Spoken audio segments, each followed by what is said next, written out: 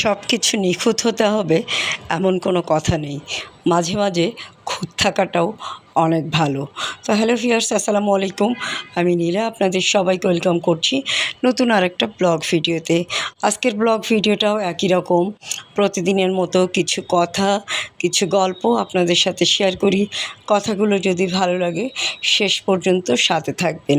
তো আজকে যেটা বলছিলাম যে সব কিছু নিখুঁত হতে হবে এমন কোনো কথা নেই।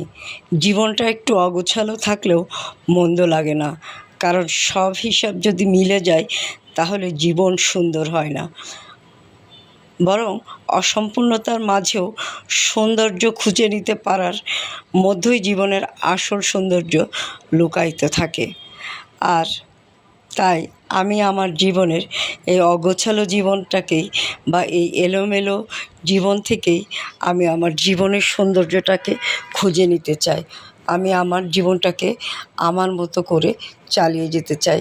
তো এই যে কথা বলতে বলতে সকাল থেকে কত কাজ করতে হয়, সব হিসাবের মতো চলে না। জীবনটা আসলে খুব কঠিন। সকালে অফিস করলাম, সকালে অফিসে এসে একটু কাজ কাম তো থাকেই, 10-12 ঘন্টার ডিউটি, তো কাজ কাম শেষ করতে হয়। সেখান থেকে আবার বাসার উদ্দেশ্যে যখন বের হলাম রাত তখন 8:30 বা 8:45 বাজে। হ্যাঁ, কালকে অফিস থেকে প্রায় আমার বের হতে হতে 9:15 বেজে গিয়েছিল। সেখান থেকে ঢুকলাম আবার একটু স্বপ্নে, কিছু কেনাকাটা করলাম। কেনাকাটা করে এই যে এখন রাত 10:30 বাজে। 10:30 বাজে আমি প্রথমে একটু নিজের জন্য একটু চা বানিয়ে নিলাম। বসে বসে একটু চা বিস্কিট খেলাম। আর এটাতে যেন আমি একটা অন্যরকম শান্তি অনুভব করি। চা খেতে আমার খুবই ভালো লাগে। আর চাটা আমি বানিয়েছিলাম, চাটা কিন্তু বেশ হয়েছিল, কড়া করে দুধ চা, সাথে ছিল বিস্কিট, পানি, তো সব কিছু বেশ ভালোই লাগছিল। আর এই যে দেখছেন না, আমি একদম অগোছালো একটা ইয়েতে আছি, এটা আমি বাসার মুডেই আছি। তো এরকম অগোছালো জীবন কিন্তু সুন্দর। অগোছালোর মাঝে এই যে গুছিয়ে আমি একটু সুন্দর করে চা পান করছি, বিস্কিট খাচ্ছি, এটাকে আমার এক ধরনের শান্তি বা সুখ অনুভব হচ্ছিল। তারপর আবার রান্নাবান্নার পালা, তো অনেক কাজ করতে হয়। তো জীবন সবসময় না পরিকল্পনা অনুযায়ী কিছু হয় না। কিছু স্বপ্ন অপূর্ণ থাকে, কিছু ইচ্ছা অপেক্ষায় থাকে, কিছু পথ হয়তো বদলে যাবে, তবুও জীবন থেমে থাকবে না। জীবন চলবে তার নিজস্ব ছন্দে বা নিজস্ব গতিতে।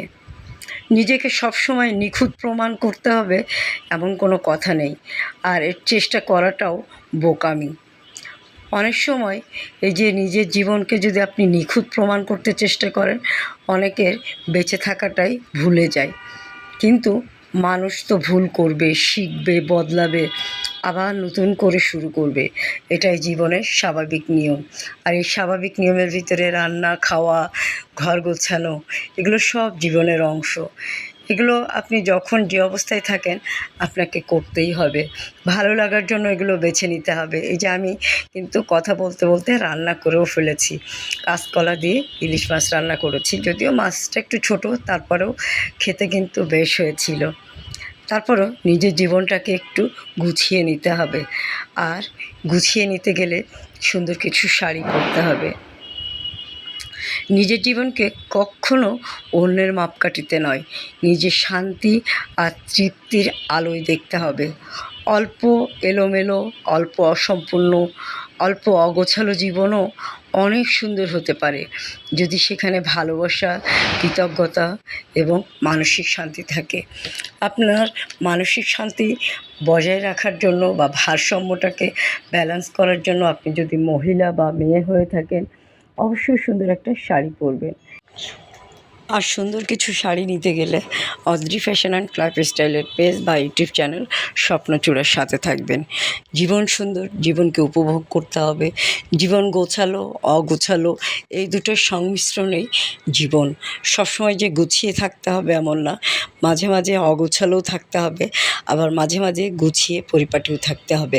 আর পরিপাটি থাকতে গেলে অবশ্যই অদ্রি ফ্যাশন অ্যান্ড লাইফস্টাইলের পেজ বা ইউটিউব চ্যানেলের পেজ থেকে সুন্দর একটা শাড়ি নিয়ে পরতে হবে। সুন্দর সুন্দর শাড়ি পেয়ে যাবেন একদম মনের মতো। প্রতিটা শাড়িতেই আছে নতুনত্ব একদম ইউনিক ডিজাইন এবং খুব সিম্পলভাবেই আপনাকে অনেক সুন্দর একটা লুক এনে দিবে। তো বুঝতেই পারছেন সুন্দর কিছু শাড়ি মানেই আমার page Adri fashion and lifestyle.